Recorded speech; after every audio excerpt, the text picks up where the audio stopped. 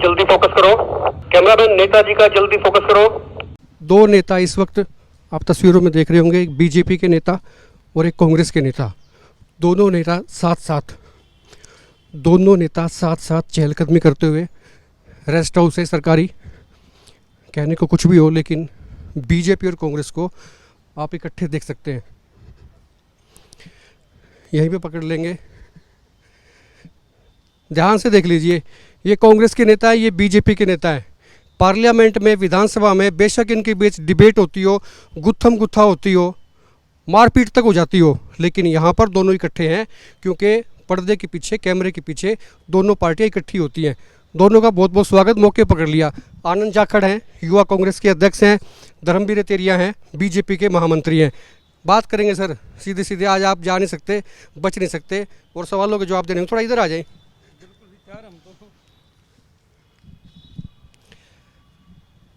कल सबसे पहले आपसे बात करूंगा और मुद्दा जो है वो बहुत गर्म है। विमेन रिजर्वेशन बिल का बिल आ गया है, लेकिन इम्प्लीमेंट का भी पता नहीं है। माना यह जा रहा है कि जिस हिसाब से बिल को लाया गया है 2029 से पहले ये बिल लागू ही नहीं हो सकता, क्योंकि सेंसस होगा, जनगणना होगी, डिलिमिटेशन का काम होगा, उसके बाद में बिल लागू हो सकेगा। ये संभावनाएं हैं 2029 की, लेकिन बीजेपी उसको कल ले आई है लोकसभा में। आज उस पर बहस होगी। सबसे पहले तो आनंद जाखड़ से पूछूंगा, कांग्रेस के नेता हैं। कांग्रेस की तरफ से भी दावा किया गया कि ये बिल हम लेके आए थे और हमारा बिल है, लेकिन बीजेपी ने कहा कि नहीं, आपका नहीं, आपका तो गया, आया था, चला गया, अब आपका बिल नहीं है, नया बिल है।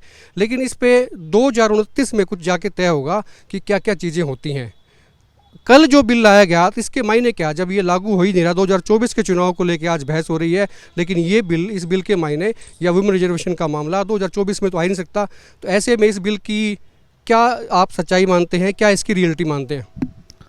भारतीय जनता पार्टी एक इवेंट पार्टी है और पूरे देश की आबादी इस बात के लिए प्रिपेयर थी कि लोकसभा चुनाव से पहले भारतीय जनता पार्टी के जो मुखिया अमित शाह या नरेंद्र मोदी जी कोई नया इवेंट करेंगे। उन्होंने ये बिल के बारे में चर्चा करके एक नया इवेंट करने का प्रयास किया है, जबकि मोदी जी ये बात भूल गए हैं कि जुमला बाँचने का भी कोई हद होनी चाहिए। उन्होंने ये जुमला बाँच दिया, उनके मंत्रियों ने उनको कोई चिट्ठी दे दी, उसको पढ़ के उन्होंने सुना दिया। जुमला बाँच दिया। इवेंट की पार्टी साहब कांग्रेस कहती है, बीजेपी इवेंट की पार्टी है, इवेंट करती है, जश्न मनाती है, चली जाती है, लोग देखते रह जाते हैं। बात है जी, कांग्रेस तो कुछ भी कह सकती है क्योंकि जनता ने इनको नकार दिया है। आप 2014 का लोकसभा चुनाव देख ले, 2019 का लोकसभा चुनाव देख लो, क्या स्थिति इनकी रही। इनके सबसे बड़ा लीडर राहुल गांधी जी अमेठी से चुनाव हार गए। यूपी में क्या इनकी स्थिति है, तो इनका कहना तो धर्मेश जी बिल की बात कर लें, बिल आप ले आए लेकिन वो लागू हो ही नहीं रहा साहब। 2000 मुद्दे से भटकाने की इनकी आदत है। बात महिला आरक्षण की हो रही है, बात चुनाव पर लेकर चले गए हैं। आज वुमेन रिजर्वेशन की बात कर रहे हैं, वुमेन रिजर्वेशन से मुद्दा भटका रहे हैं, क्यों भी कहीं ना कहीं धर्मवीर जी भी उस इवेंट पार्टी का एक छोटा सा हिस्सा है। नहीं तो ऐसे कैसे होगा? ये जो महिलाओं की आप बात करते हैं सर, 2024 में तो कुछ है ही नहीं। 29 सर, 5 साल बाद किसकी सरकार आएगी, कब आएगी, बीजेपी उसको कैश करना चाह रही है आज के दिन। देखिए बात ये है सर, सर्वेश जी आप समझदार आदमी हैं, आपको पता है कि कोई भी चीज़ का कभी शुरुआत तो होनी चाहिए ना। कभी किसी चीज़, जब आप बीज बोएंगे जब भी तो फसल उसमें पैदा होगी। ये बीज तो सर 9 साल पहले बो सकते थे, 9 साल से आपकी सरकारें हैं। देखिए यूँ तो बहुत सारी गतिविधि हैं। इन्होंने तो ये भी कहा था मंदिर कब बनाएंगे, तारीख नहीं बताएंगे। हमने मंदिर का निर्माण का काम शुरू हो गया।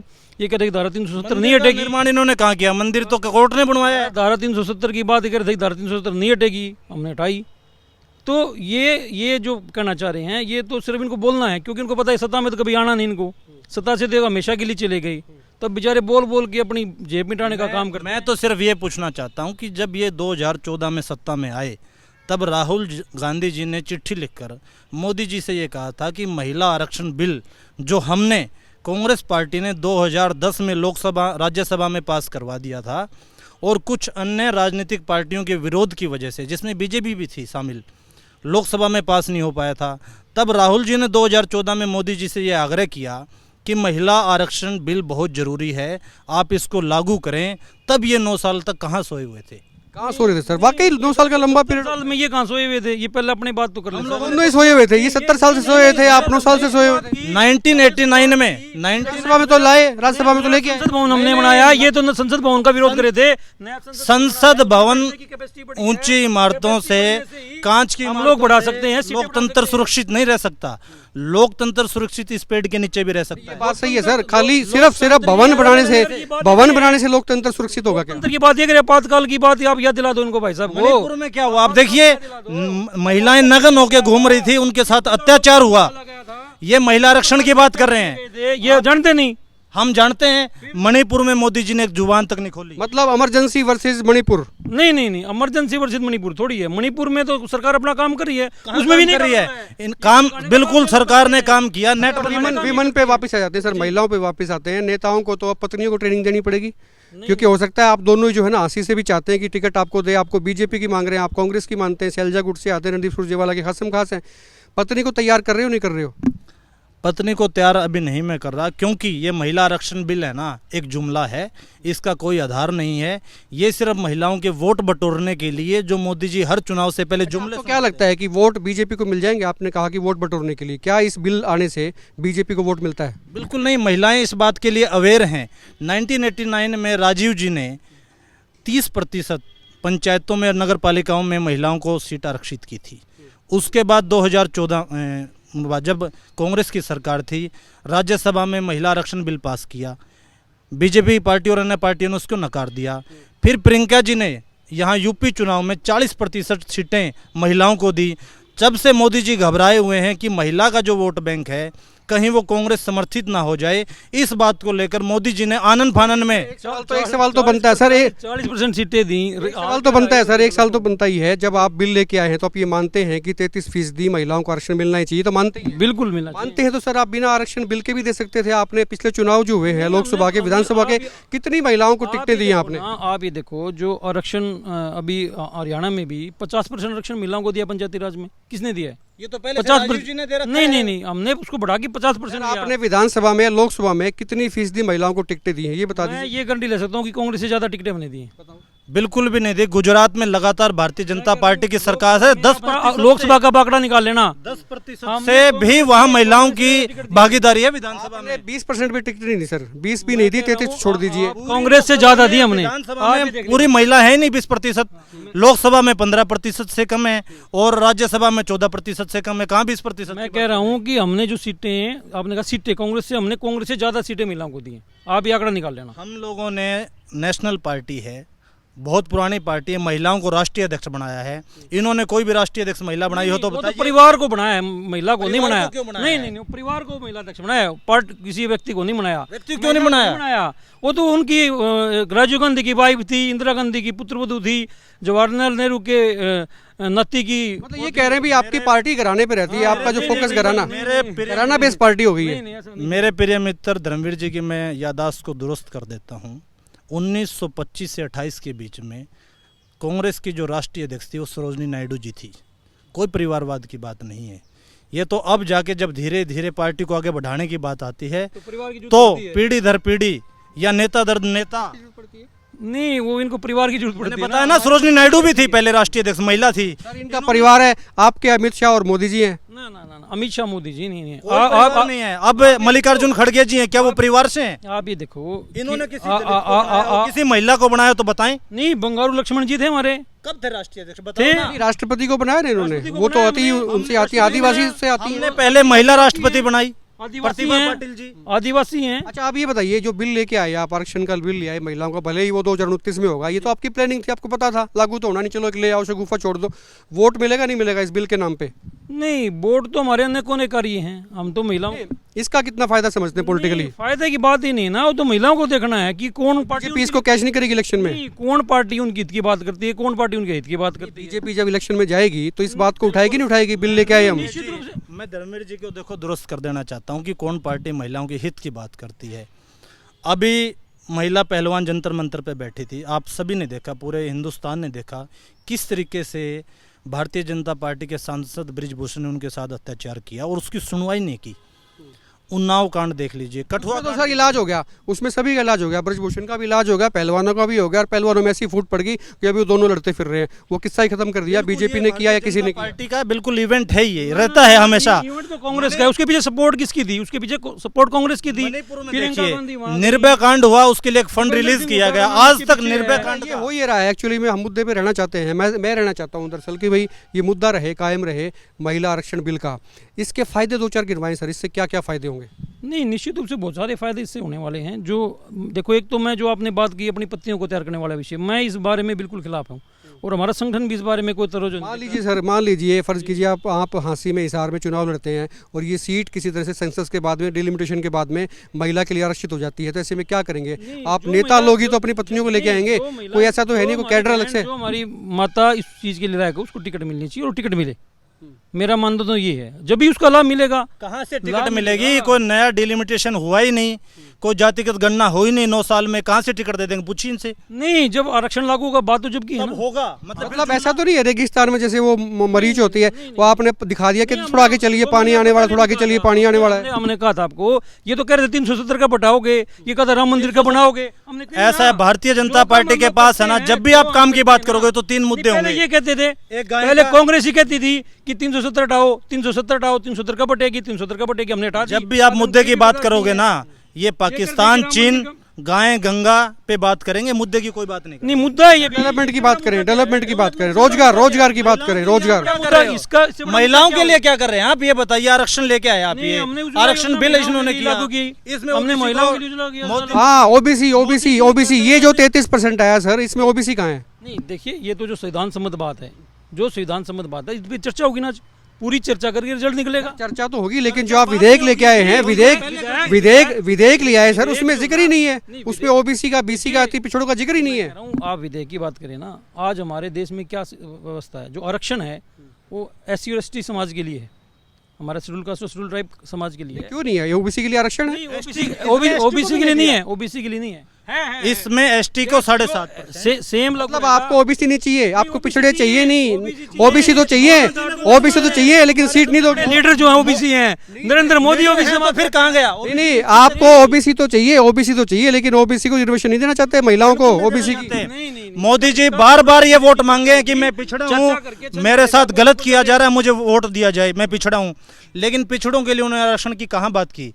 महिलाओं के विरोधी रहे नरेंद्र मोदी जी। 33% में ओबीसी का, अति पिछड़ों का जिक्र नहीं है। वोट के लिए सबसे पहले दोनों पार्टियां आती हैं, उसके बारे में पूरी चर्चा होगी। एक बिल चर्चा कैसी होगी? आपने बिल ड्राफ्ट कर दिया सर, आपने बिल ड्राफ्ट कर दिया, उसमें जब जिक्र ही नहीं है। सर्वेश जी, मैंने यही कहा था कि मोदी जी को जो बता दिया गया उन्होंने पढ़ के सुना दिया, उस पे उन्होंने होमवर्क ही नहीं किया। ये अब ये होमवर्क नहीं किया सर। देखिए, बिल पेश करने से पहले चर्चा करनी चाहिए ना। ये जो कहना चाह रहे हैं ना, इनका बोलना है, क्योंकि इन्होंने कुछ बिल करना पेश नहीं कर है। दिया, उसी भी तो चर्चा ना होगी। इस बारे में कोई ये कर सकते ना, इनका कुछ है, ये तो बोलना इनको, ये नहीं किया तो वो नहीं किया। हम लोगों ने तो पास किया, राज्यसभा में पास किया, राज्यसभा में पास करवाया सर। इनकी तो नीयत थी, इनसे नहीं हुआ विचारों से। पहले कहाँ थे? सत्ता, क्योंकि मोदी जी ने विरोध किया, बीजेपी पार्टी ने। जब आपने तो कहा था दे रहा है दुरुस्त है, तो इनकी तो दुरुस्ती 13 साल पहले आ गई थी। कहाँ की थी दुरुस्ती? नहीं, राज्यसभा में पास कराया। खुद इनके जो सहयोगी दल थे, सरकार थी तो लोकसभा में बहुमत नहीं था क्या? सरकार होगी जब भी तो लोकसभा में बहुमत होगा, जब भी तो सरकार होगी कोई। आप क्या चाह रहे हैं कि जानबूझ के डेलिबरेटली नहीं हुआ? हाँ, डेफिनेटली नहीं हुआ, इन्होंने किया नहीं। अब इनकी पूरी सरकार है, राज्यसभा में, लोकसभा में पूरा बहुमत है, फिर ओबीसी को आरक्षण क्यों नहीं दिया? नहीं, हम लोग करेंगे, सारी काम होगी। संविधान एक बात समझाओ धर्मवीर जी, एक बात समझाओ, बीजेपी को वोट तो चाहिए पिछड़ों के, अति पिछड़ों के।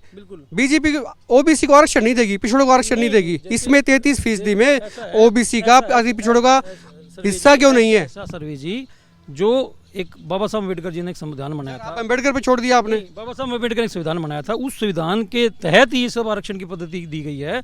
और उसमें भी जैसा कि हमने बताया, अम्बेडकर जी ये बोल के गए थे क्या 33% महिलाओं को देंगे? आपने ये भी तो अमेंडमेंट लेके आ रहे हो, आप बिल लेके आ रहे हो। महिलाओं के पक्षधर सबसे बड़े बाबा साहब अम्बेडकर थे। महिलाओं के मेरा तो एक ही सवाल है, पूरी भारतीय जनता पार्टी से भाई धर्मवीर जी से एक ही सवाल का जवाब दे दे तो अच्छी बात है कि इन्होंने कहा है कि हमने महिला आरक्षण बिल पास कर दिया है और 15 साल के लिए माना जाएगा।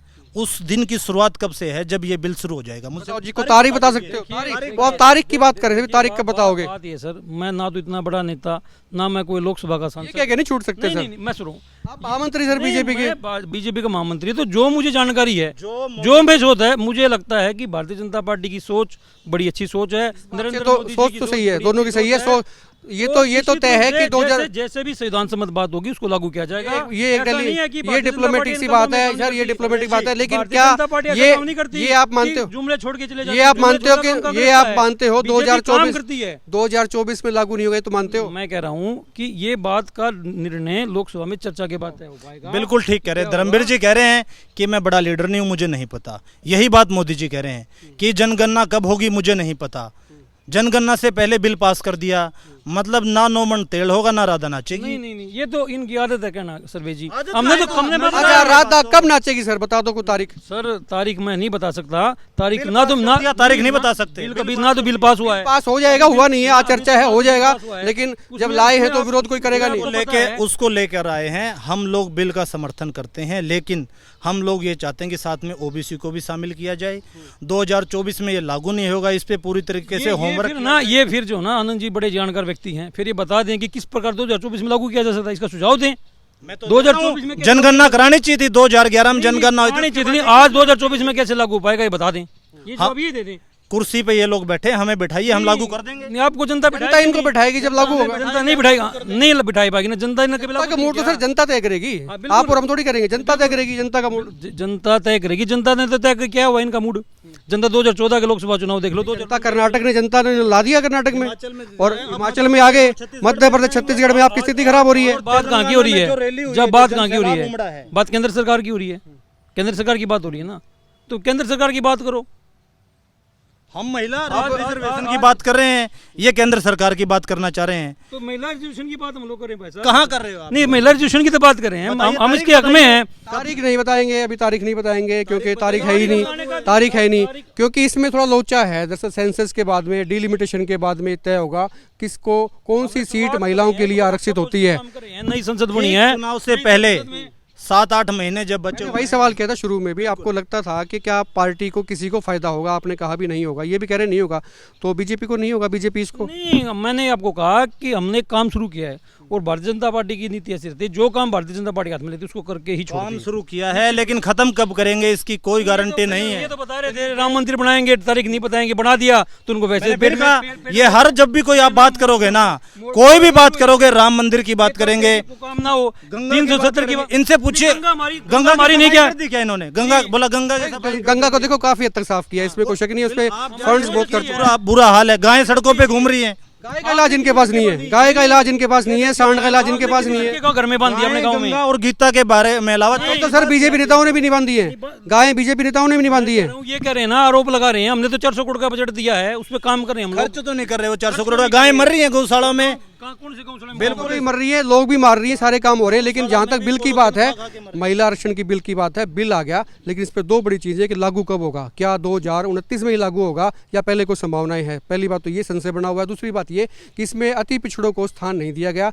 बीजेपी को क्या इसका फायदा होगा या इसका नुकसान भी हो सकता है, क्योंकि पिछड़ा वर्ग बीजेपी से नाराज हो सकता है। हालांकि कांग्रेस से भी ज़्यादा खुश नहीं है, लेकिन पिछड़ों के लिए ये दिक्कत है। उनको उम्मीद थी, कांग्रेस अब जरूर कह रही है कि पिछड़ों को इसमें आरक्षण मिलना चाहिए था, इसमें वेटेज स्थान मिलना चाहिए था। जो 33% आरक्षण है महिलाओं का, इसमें ओबीसी की भी हिस्सेदारी यानी अति पिछड़ों की हिस्सेदारी होनी चाहिए थी, लेकिन इस पे भी संशय बना हुआ है। ओबीसी के अध्यक्ष थे, उसको धक्के मार के बाहर निकाला था। चलो सीताराम पे किस दिन फिर बात करेंगे, निकाला था कि नहीं निकाला था, और खुल के कमेंट करें, वीडियो को शेयर करें। आप क्या सोचते हैं इस बिल को लेकर, क्या किसी पॉलिटिकल पार्टी को फायदा होगा, कांग्रेस को, बीजेपी को या किसी और को? इस पर भी अपनी राय दें, वीडियो को शेयर करें और आप देखते रहें एकमत पोस्ट।